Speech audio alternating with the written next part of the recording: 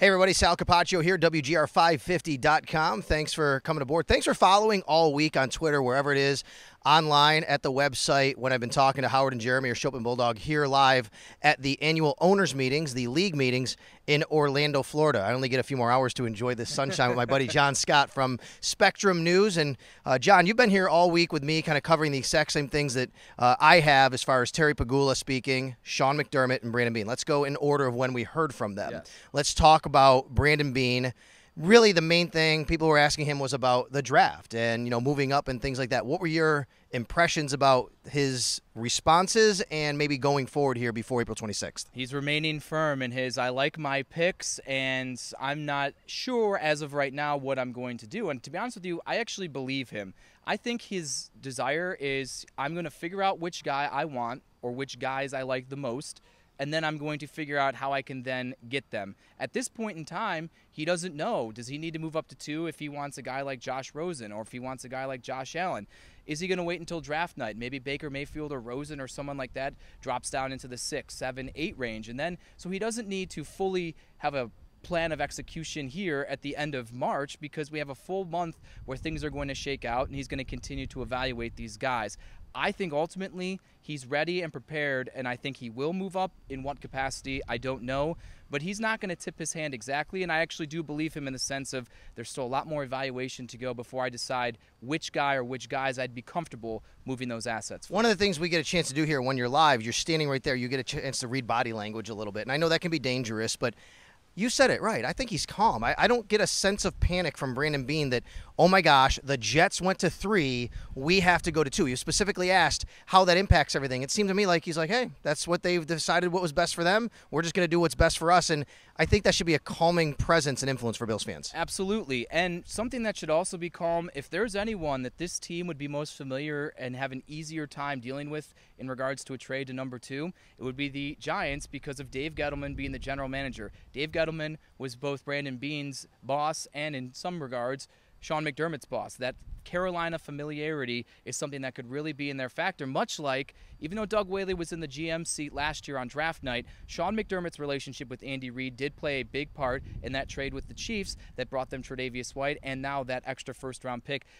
Keep that in mind if they ultimately have to go for the big home run swing and get to 2. Let's also remember, it doesn't matter what kind of relationships anybody has. If the New York Giants feel like they have to stay at 2 to take a quarterback or anybody, they're going to do it. It doesn't matter what the Bills want to do or how much they offer. If a team is just resolute on staying where they are or trading out, they're going to pretty much do what's in the best interest of them. Let's go to Sean McDermott. We heard from him at the NFL Coaches Breakfast on Wednesday morning. Really more about roster stuff when it comes to Sean McDermott. Wide receiver, linebacker, areas that he touched on. He talked a lot about quarterback, AJ, Nathan, where they go from there. What stood out for you? He was even giving less information than I think we're even used to. He wasn't really going to divulge stuff. I think he's still in his process of looking at all of these quarterbacks. But I will say this. I think he's going to be really involved in this, and yes, they can say they're comfortable with Nathan and they're comfortable with AJ McCarron. They're going to add someone else to that room, and he is going to be more heavily involved in that process of looking at those quarterbacks than I think he's going to let on. And then obviously he talked a little bit about middle linebacker, about wide receiver, all those other issues and areas around the team. And one thing, again, it was hammered home. It's a long process. I mean, you go into the summer, they don't have to really do anything right now. And I get the feeling that we might not hear anything about any moves maybe until April 26th. Maybe they're going to let this draft play out. Absolutely. They're going to see, again, what do they need to do and give up in the draft. There's a lot of good positions of need that the Bills have that line up well with this draft, where if they only have to move up to 7 or 8 in that lower part of the top 10 and they don't have to give away all these extra picks, then they can fill some of those holes, whether it's at linebacker, whether it's at wide receiver, whether it's on the defensive line or the offensive line. Those are things that stack up well in this draft class against the Bills' needs, and if they don't have to ship off all of these picks to go up to 2 or go up to 4 or whatever it may be, they can address those things. Also keep in mind, there were guys like Eddie Yarbrough, Ryan Davis, even Lorenzo Alexander in the past few years that have been brought onto this team that you really didn't think much of at this point in the offseason, and then you get into September and October or even training camp and you're like, oh, these are guys that are actually going to contribute. So you may not be comfortable with certain positions like wide receiver or linebacker right now, and you may think it's lip service that they say, oh, I'm comfortable with Tanner Vallejo, or I'm comfortable with having Andre Holmes and Zay Jones and Kelvin Benjamin as my top 3 receivers.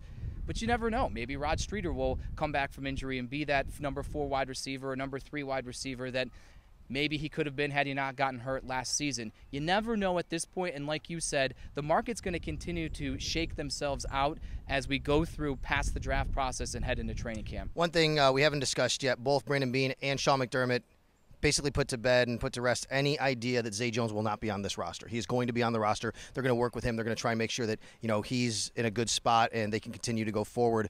Anything with the league, we don't know yet. They could have some league discipline on that. Terry Pegula spoke to reporters, a handful of us here at the owners' meetings on Wednesday morning, on Tuesday afternoon, I should say, and really he addressed a few topics. One of them was the quarterback and trading up and what he would do. Didn't want to tip his hand. In fact, he laughed and said, I'm going to play poker with you guys. And then everyone on poker then laughed at him and said, I want to play poker with you because you have a lot of money that I would then like to take.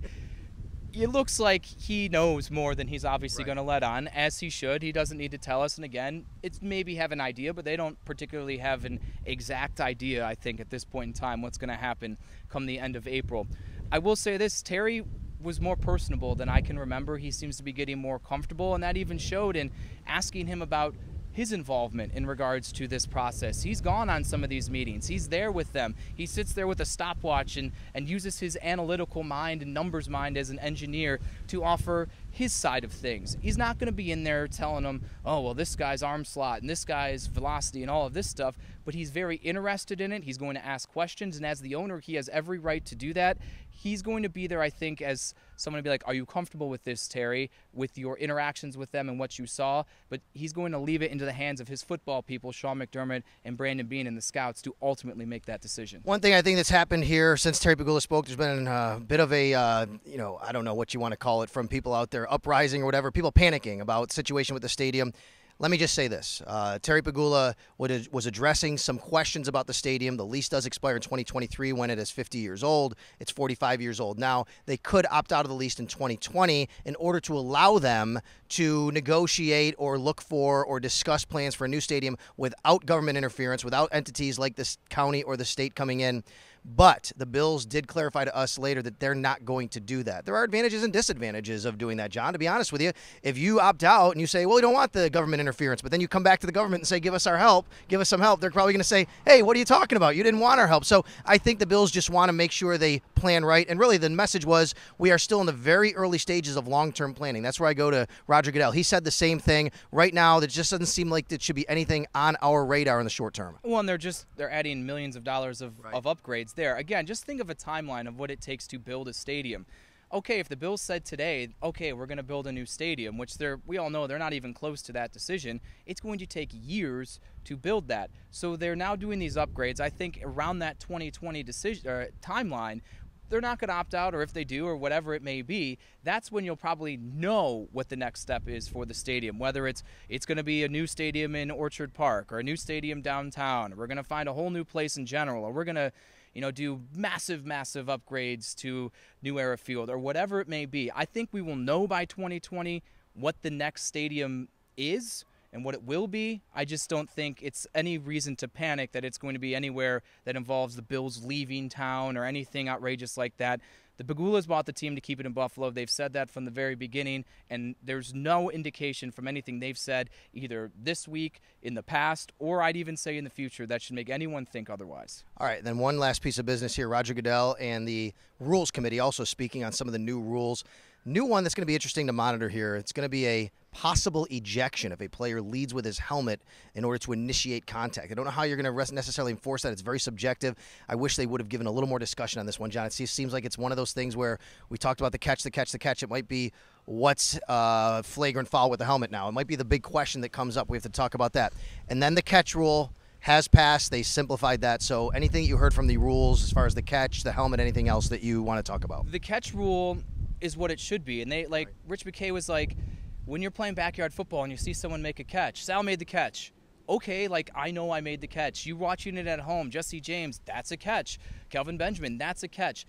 like, you knew it was a catch. Frankly, the NFL knew a lot of these things were a catch, but because of the language they had made by tinkering over the past few years, they screwed themselves, right, you know, for lack of a better term. So they basically came back, reconstructed the rule completely to allow it's like, if the ball moves when you go to the ground like Kelvin Benjamin, that doesn't mean it's not a catch. Let's just get out of our way. So that was a very good proactive way that the NFL saw things rise to a fever pitch this season and make a decision and make a change for the better.